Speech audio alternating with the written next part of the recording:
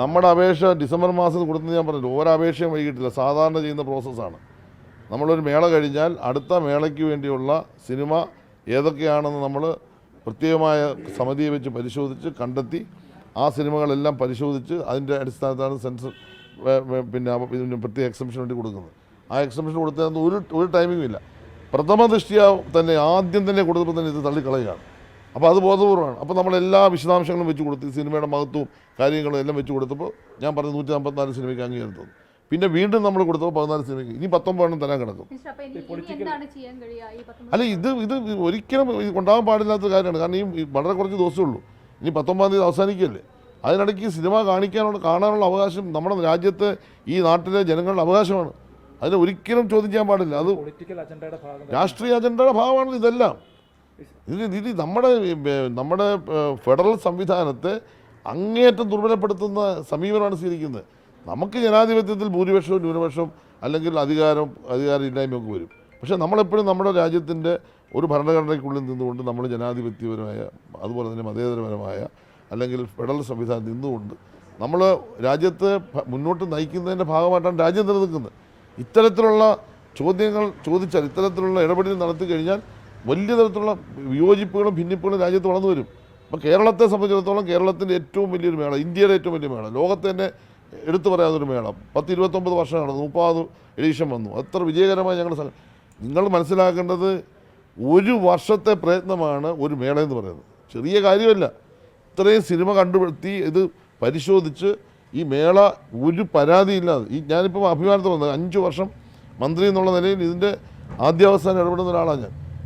ചലച്ചിത്ര അക്കാദമി വളരെ ഫലപ്രദമായി അവരുടെ ലീഡർഷിപ്പിൽ ഒരു പരാതിയുമില്ലാതെ കഴിഞ്ഞ കാലങ്ങളെക്കാൾ മെച്ചപ്പെട്ട രൂപത്തിൽ, കഴിഞ്ഞ വർഷത്തെ മേള എന്ന് പറയുമ്പോൾ ഈ വർഷം പഞ്ചായത്ത് ഇലക്ഷൻ വന്നപ്പോൾ കുറച്ച് പരിമിതിയൊക്കെ വന്നു.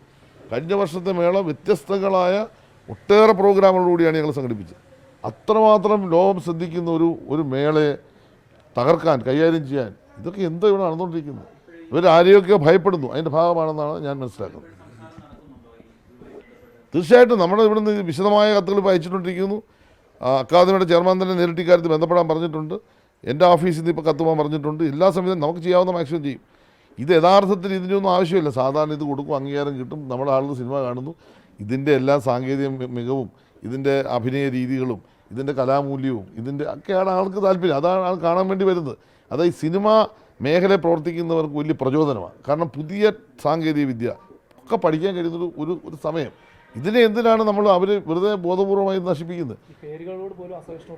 സംശയം എന്താ? പേരുകളോട് പോലും അസഹിഷ്ണുത. ഒരു പേര് വെട്ടിയല്ലോ. ആ സിനിമ ആ പേര് മാത്രമേ ഉള്ളൂ. സിനിമ ഉള്ളടക്കത്തിൽ അതൊന്നുമില്ല. അതെ, ആ ബീഫൊന്നും അതിൻ്റെ ഉള്ളടക്കത്തിൽ ബീഫൊന്നുമില്ല. അപ്പോൾ അത് അത്രയേ ഉള്ളൂ ഇവരെ സംബന്ധിച്ച്. ഇവർക്ക് ഇവരുടേതായ ചില സങ്കല്പങ്ങളുണ്ട്, ആശയങ്ങളുണ്ട്. അതിൻ്റെ ഭാഗമായിട്ട് അവർ പലതും ചെയ്തുകൊണ്ടിരിക്കും. വളർന്നു വരുന്ന വർഗീയതയുടെയും അല്ലെങ്കിൽ ഒരു ഫാസിസ്റ്റ് മനോഭാവത്തിൻ്റെയും പ്രകടമായ ഉദാഹരണങ്ങളിൽ ഒന്നാണിത്. ഒരുപാട് ഉദാഹരണങ്ങൾ രാജ്യത്ത് വന്നുകൊണ്ടിരിക്കുന്നു. അത് ഇന്ത്യയുടെ പല സംസ്ഥാനങ്ങളിലും അത് എന്താണോ അവർ ഉദ്ദേശിക്കുന്ന രൂപത്തിൽ അതിനെ രാഷ്ട്രീയമായി അവർക്ക് രൂപാന്തരപ്പെടുത്താൻ കഴിഞ്ഞു. കേരളത്തിൽ അത് രാഷ്ട്രീയമായി രൂപാന്തരപ്പെടുത്താൻ കഴിയുന്നില്ല. അതിനുവേണ്ടിയുള്ള വലിയ ശ്രമങ്ങൾ നടക്കുമ്പോൾ അതിൽ സാംസ്കാരിക മേഖലയിലെ ഇടപെടൽ ഒരു പ്രധാന ഘടകമാണ്. കേരളം, നിങ്ങൾ ചോദിച്ചുകൊണ്ട് ഞാൻ പറയാം, കേരളത്തിൻ്റെ സാമൂഹിക വളർച്ചയെന്ന് പറയുമ്പോൾ അടിമ സമാനമായ ജീവിത സാഹചര്യത്തിൽ നിന്ന് ശ്രീനാരായണ ഗുരു, അയ്യങ്കാളിയും, വാഗ്ഭടാനന്ദനും, ചട്ടമ്പി സ്വാമി പോലും, പൊയ്യരപ്പച്ചനെ പോലുള്ള നവോത്ഥാന നായകന്മാർ ഉയർത്തിക്കൊണ്ടുവന്ന സാംസ്കാരികമായ നവോത്ഥാനത്തിൻ്റെ തുടർച്ചയായി കമ്മ്യൂണിസ്റ്റ് പാർട്ടി കേരളത്തിൽ അധികാരത്തിൽ വരികയും ഭൂപരിഷ്കരണം, വിദ്യാഭ്യാസ പരിഷ്കരണം, തൊഴിൽ പരിഷ്കരണം അടക്കമുള്ള കാര്യങ്ങളിലേക്ക് കടന്ന് നിയമനിർമ്മാണം നടത്തി മനുഷ്യനാണ് എല്ലാവരും എന്ന ഒരു ചിന്തയിലേക്ക്, സങ്കല്പത്തിലേക്ക് കേരളത്തെ മാറ്റിയ ഉയർന്ന സാംസ്കാരിക മൂല്യം ഇന്ത്യയിൽ വേറൊരു സ്റ്റേറ്റിലില്ല.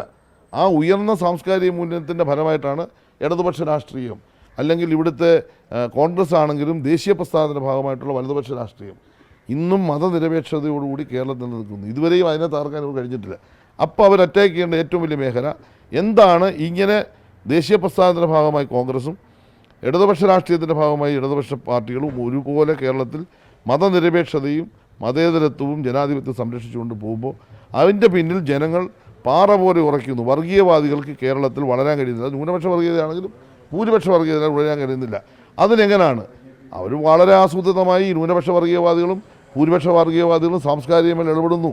ഇടപെടുന്നതിൻ്റെ ഭാഗമായി തന്നെയാണ് ഇപ്പോൾ ഈ നടന്നിരിക്കുന്ന ഈ സിനിമ വെട്ടെന്ന കാര്യത്തിൽ യാതൊരു സംശയമില്ല. അത് ജനങ്ങൾ തിരിച്ചറിയും.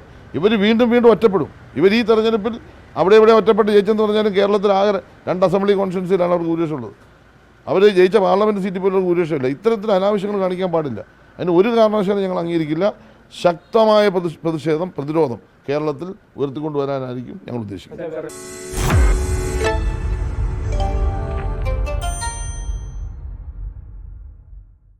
ലോകത്തെവിടെയായാലും ഏത് സമയത്തും 24 വാർത്തകളും ഓഗ്മെന്റഡ് റിയാലിറ്റി പാക്കേജുകളും എക്സ്പ്ലെയിനറുകളും വിശദമായി കാണാൻ ഞങ്ങളുടെ യൂട്യൂബ് ചാനൽ നിങ്ങൾക്ക് സബ്സ്ക്രൈബ് ചെയ്യാം.